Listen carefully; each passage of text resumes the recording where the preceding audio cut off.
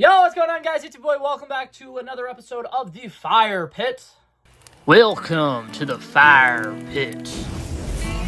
How are we feeling about that graphic? I know it's not great. I'm gonna be honest. I'm not really proud of it. I don't know if I like it personally. But that being said, I've been telling myself since January I'm gonna make a graphic for this show, and I still haven't done it. So I was like, I'm gonna just throw something together, see how it looks. It's not terrible, but I'm struggling because when I think of the Fire Pit, I think of the fire song from, SpongeBob, where it's just like Firesong, song, whatever it is, and I can't rip that off, and I'm having, such a hard time, because, I think of fires and fire pits, I think of, southern stuff, so I'm like, okay, I'm gonna, come up with the country song, and I haven't been able to. So, very simple, very basic, but that being said, welcome back to the show. If you guys are new to it, today we're gonna be talking about the best movie, aka the most fire movie of the month, and the worst movie, aka the biggest dumpster fire of the month. And we're just gonna kind of talk about things that the best movie did really, really well, and we're gonna talk about some of the low points of the worst movie and kind of talk about things that they could have potentially done better. So that being said, let's go ahead and dive right into this, shall we? Alrighty, so we're going to start off by talking about the best movie in the month of April, and I will admit, the month of April had some pretty good movies in it. I think that it definitely had some, sleeper picks that people weren't expecting to be really good, and I think that all of the movies that were expected to be good really hit the mark, and potentially actually exceeded the expectations that were set for them. So, it was hard for me to pick, and it was particularly hard for me to pick, because I'm going to be talking about the best movie, and personally, it's not my favorite movie that came out in April, but it is pretty much undisputably the best movie that was released in the month of April. We're talking about the movie The Challengers. Personally, I really love this movie, and I think that it is really hard to dislike a movie where it has three actors doing just an incredible job. I feel like all three of the lead actors in this do a really good job of portraying these characters, and I think on top of everything else, they give Oscar-worthy performances here. Zendaya absolutely kills her role as somebody who is kind of like a homewrecker in a sense, and I think the fact that her character is as powerful and as strong and as charismatic as it is really interesting, and I honestly think it needs to be studied how she can have incredible chemistry with literally everybody. Last year, Dune Part 2 came out, and she had incredible chemistry with Timothée Chalamet. She obviously has incredible chemistry with Tom Holland because, and it's just insane to me how, literally every man she ever has a relationship with on screen, the chemistry is just always there, and it's always on point, and I just absolutely love that. And overall, I just think that this movie is incredibly breathtaking. So I'm going to issue a spoiler warning before I get too far into some of the really, really good things about this movie. But that being said,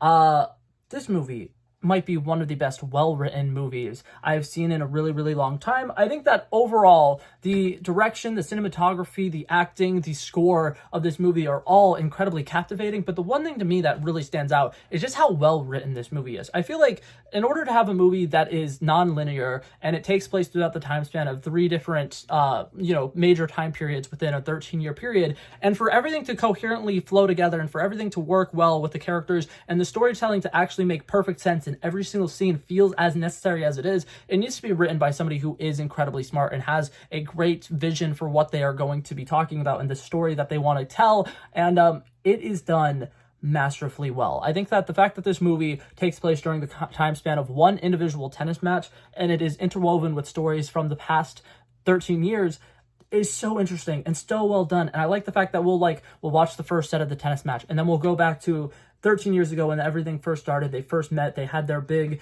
junior tournament showcase where one of them won, and then the one who won got to get Zendaya's character's phone number, and then they had this little relationship, and their relationship kind of went on the rocks a little bit because he kind of wasn't treating her right, and she kind of, was actually into the fact that he was kind of not treating her right, and it created this, very toxic relationship. And then we have the other one kind of swoop in and be like the knight in shining armor and be like the good guy who actually, loves her. And I don't know if I just missed it, but there's a specific quote from the trailer where Zendaya's character says, "Do you think I want somebody who loves me?" or something like that, because one of the guys is just like, he doesn't actually love you, and she's like, "Do you think I want somebody who actually loves me?" or something like that. I don't think that ever came up in the movie, but it really does kind of feel like that.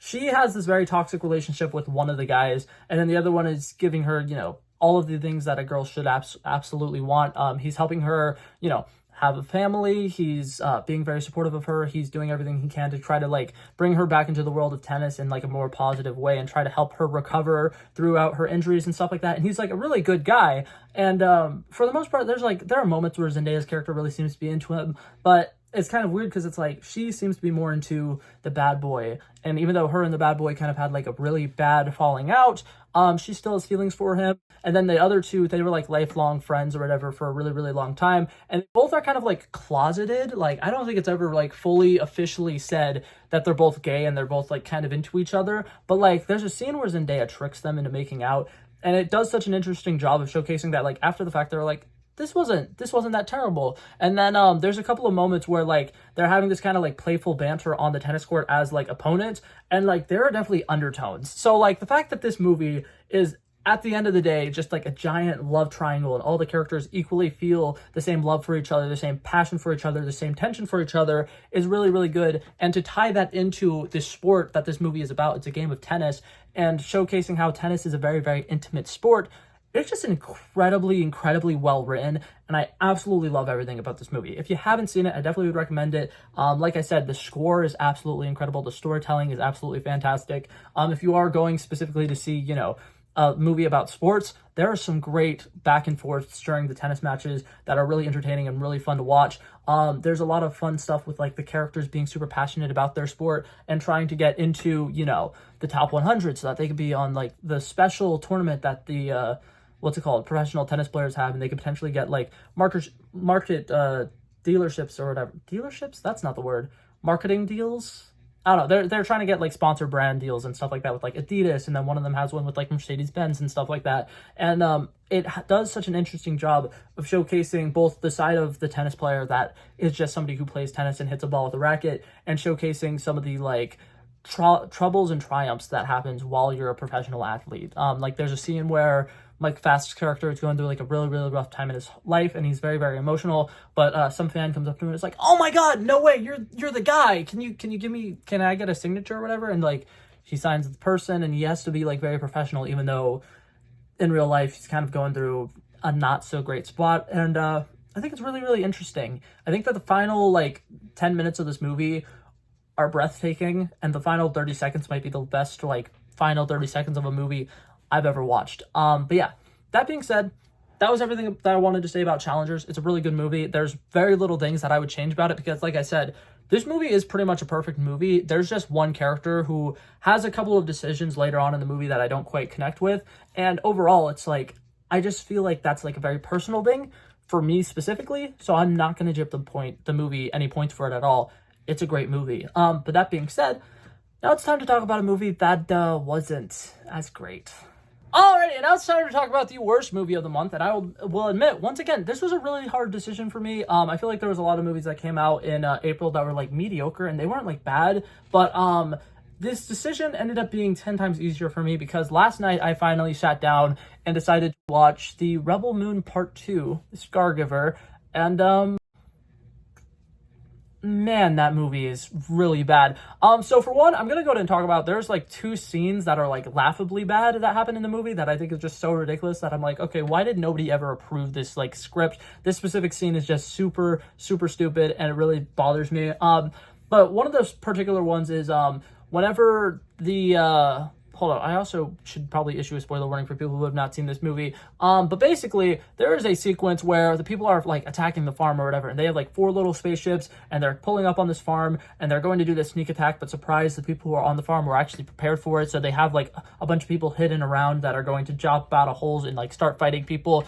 Really weird stuff. I honestly will be totally honest with you. I paid as much attention to this movie as I possibly could. I couldn't tell you a single thing that happened in it. This movie sucks. But that being said, the stupid scene that I want to talk about is they have 4 little spaceships, and they start getting ambushed and attacked or whatever, and they're starting to like flee in the spaceships, and there's a scene where one of the good guys throws a bomb onto the spaceship of one of the bad guys, and the guy piloting the plane looks back and he says, "Oh man." And it is so unconvincing. The guy doesn't even like pretend to like actually act concerned. He doesn't like try to jump out of the plane or anything like that. He literally says, "Oh man," in the most monotone voice, and then we watch his ship explode, and that's it. And I'm like, that's his reaction? Like, don't get me wrong, I understand that like these people are like people who like are kind of like the Nazis, where it's like they don't have emotions, they're like stone cold, they're evil, they're really not great people. But I'm pretty sure if you see an explosion and you realize you're gonna die, your reaction is gonna be a little bit more than like, "Man, that's unfortunate. Like, that sucks. Oh, man."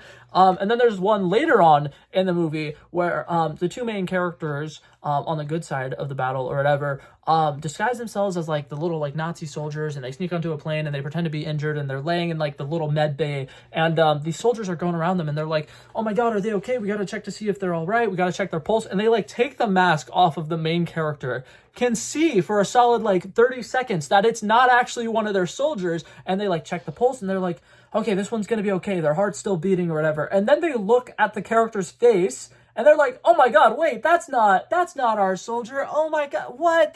Oh my god, that's another person. And then she gets up and she easily kills all of them. And it's like, the stormtroopers in Star Wars are like comically bad. They have really bad aim. They can never hit a shot on anybody ever. And it's like a giant joke that like the stormtroopers are the worst goons ever. And it's like the worst like fictional army of characters. I think that this immediately took a run for their money, because the stormtroopers are significantly better bad guys than this entire army, which is just absolutely idiots. Like, this is just so bad.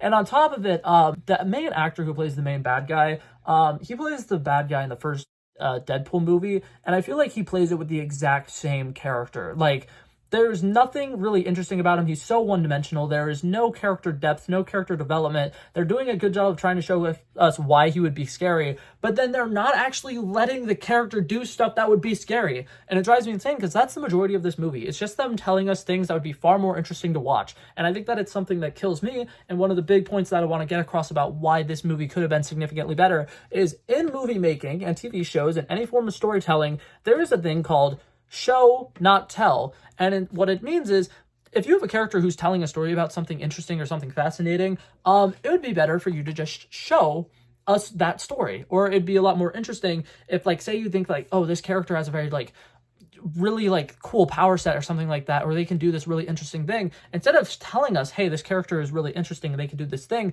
show us that they can do this thing. Another thing that like works with that is like emotions, love stories, stuff like that.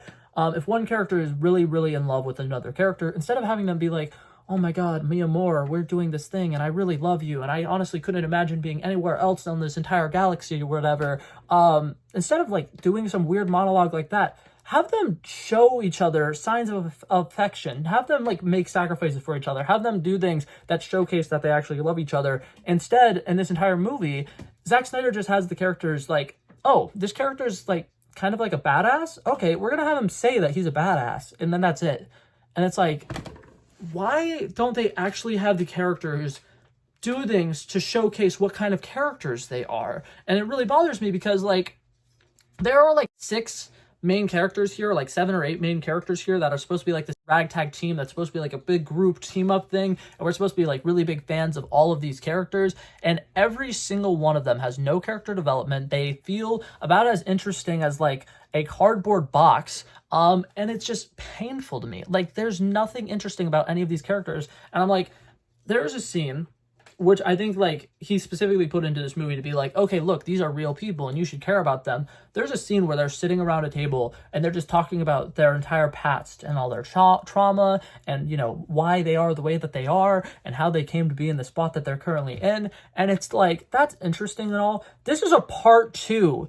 We met all of these characters in part 1, and you spent a really long time introducing us to every single one of these characters, and literally the first movie just showed us like, oh, this is this character, this is their whole shtick, this is why they would be good on this team, and for some reason they felt like reiterating that for 35 minutes in this movie, and it really bothers me, because like the first like maybe like 45 minutes of this movie literally feels like a giant previously on thing, and then it literally starts with a narration that's also telling you everything that's going on in the first movie, and it really bothers me, because I'm like, if you're going to tell a 2-part story, have one part be that one story, have the second part be that other story. It feels like they have what could have been one movie, but instead of like splitting things up in a way that makes sense and kind of like introducing the characters in the first half of the movie and then, you know, letting the second half of the movie just be the second half of the movie, he felt like he needed to separate it into 2 separate movies, make it really long, drag it out, and fully introduce the characters in both movies. And it's painful. It's really, really bad. And it bothers me because, like, I really want to be like, oh my god, but Zack Snyder's not that bad. I really want to defend Zack Snyder, but, like, he wrote and directed this movie, and it is really, really bad. There are a lot of fight sequences where you can't even tell what's going on. And I will say this. The fight sequences to me look like they would be a really, really good like screensaver for a computer. You know, when your computer goes on to sleep mode and it starts like showing like the little like moving clouds or whatever, bubbles and stuff. The fight sequences would be great for that.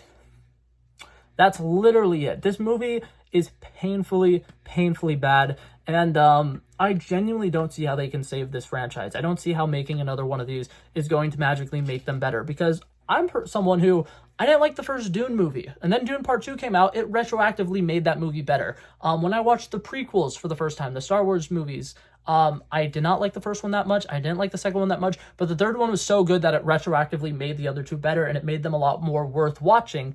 I don't see how a part 3 to this movie can make these first two movies worth watching. They're both terrible. They both do absolutely nothing interesting with the characters, and they're just boring. I'd rather watch paint dry. Like, these are terrible, terrible movies, but they could be so much better. And yeah, that being said, that's going to be it for this video, guys. Thank you guys so much for coming by, checking it out. I love and appreciate you guys so much for watching. If you liked it, feel free to like and subscribe, and I will hopefully see you guys in the next one. I will probably be ranking all of the movies in April that I've seen at some point in the next 2 days, so stay tuned for that. But yeah, peace out. Bow, bow, bow.